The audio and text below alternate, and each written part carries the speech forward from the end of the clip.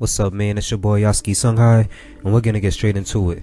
The Cynocephali, which are the dog-headed men that you see in Egypt, that you will see in Greek mythology, that you will see in books, and people will tell you that they weren't real and this and that, is actually real. So we're gonna get straight into it, right?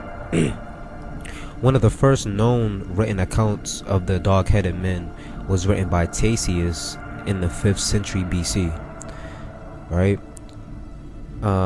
At this time, he came back from India with very detailed passages of his travels, right? Very detailed. Now listen to this.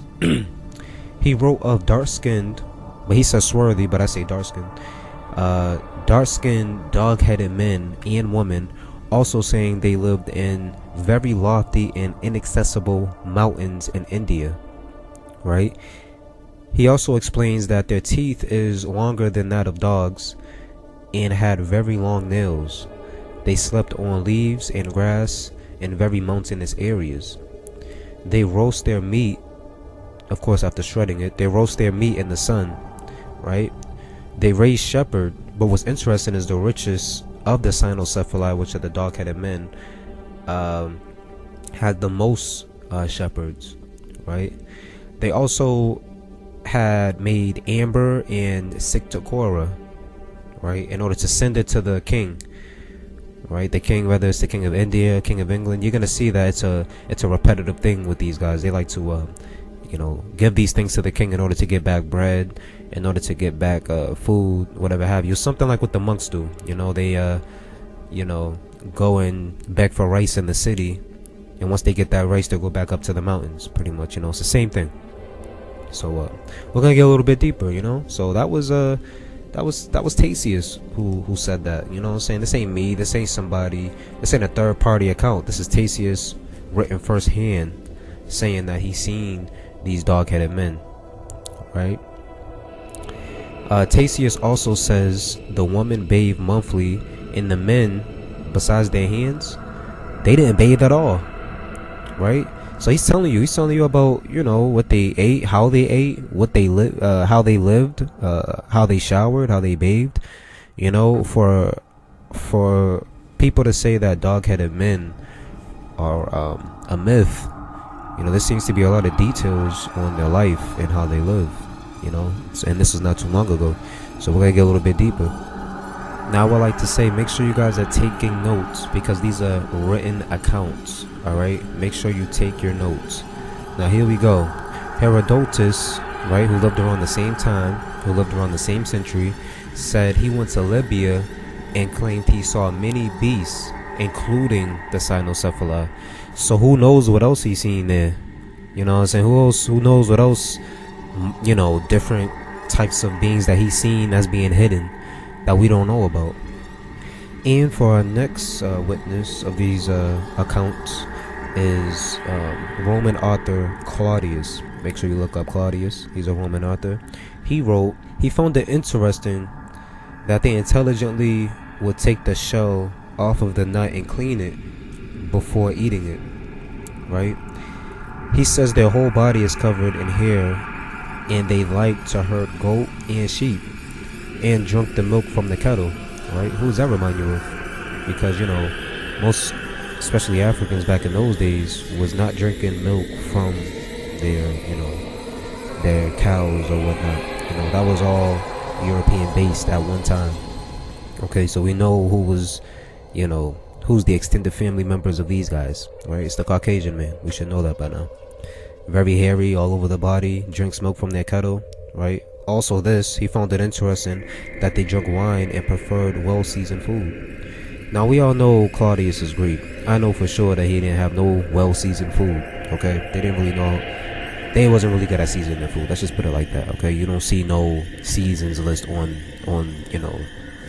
in their stuff. And if you do, it's all boring. It's all plant-based, as far as there's no flavor to it, you know what I'm saying? So we know what he means by well-seasoned.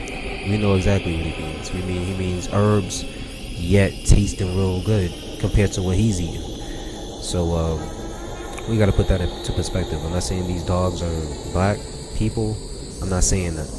But I am saying that these guys are related if not an extended family member of Caucasians. We just got to put that into perspective, just from genotype, which is the physicalities, and just from what they like to do, how they live, you know. So we're gonna keep it going.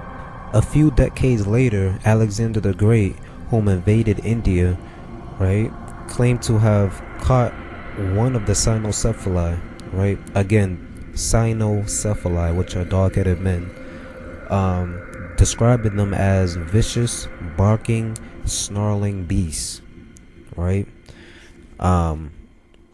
So yeah, he claimed to have caught one, and he seen it when he invaded India.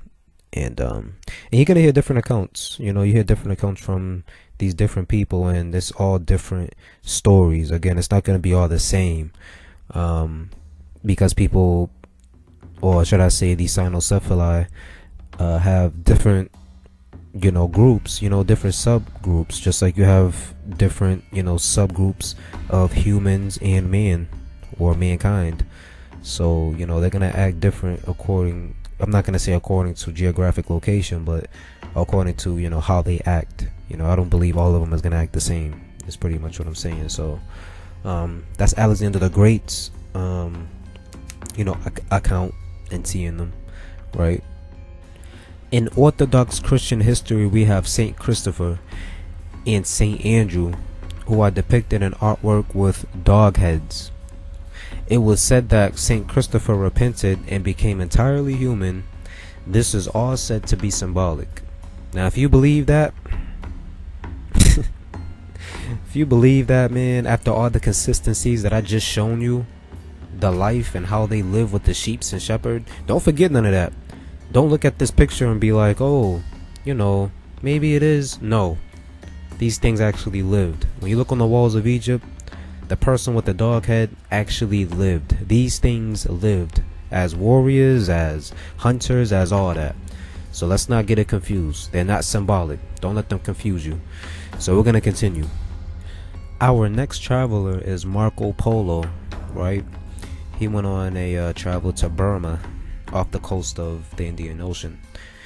He said the people there are without a king, and they had heads like dogs and eyes and teeth alike, meaning just like dogs. He claimed they would eat anyone they caught if they were not of their same race. Who does that sound like? Right?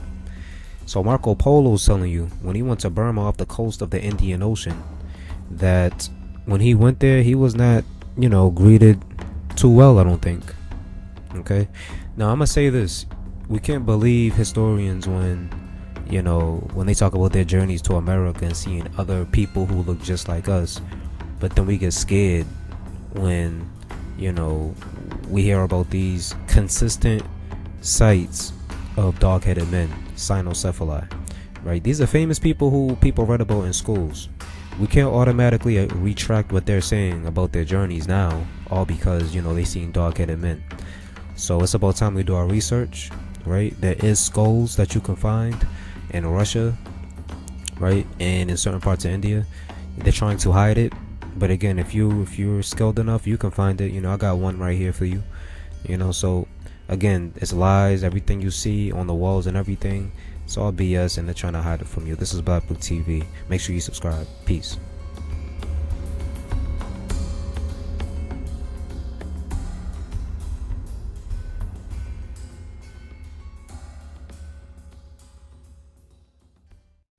What's up, man? It's your boy Oski Sunghai. I just want to say thank you for checking out this video, and please look at the last one. I seen people's views, and highly appreciate you guys watching it. Highly appreciate it. Please keep subscribing. Please keep sharing. And I seen people's comments. Waylon is trash. I said it on the video. I'll say it again. He's trash. So we're just gonna leave it at that.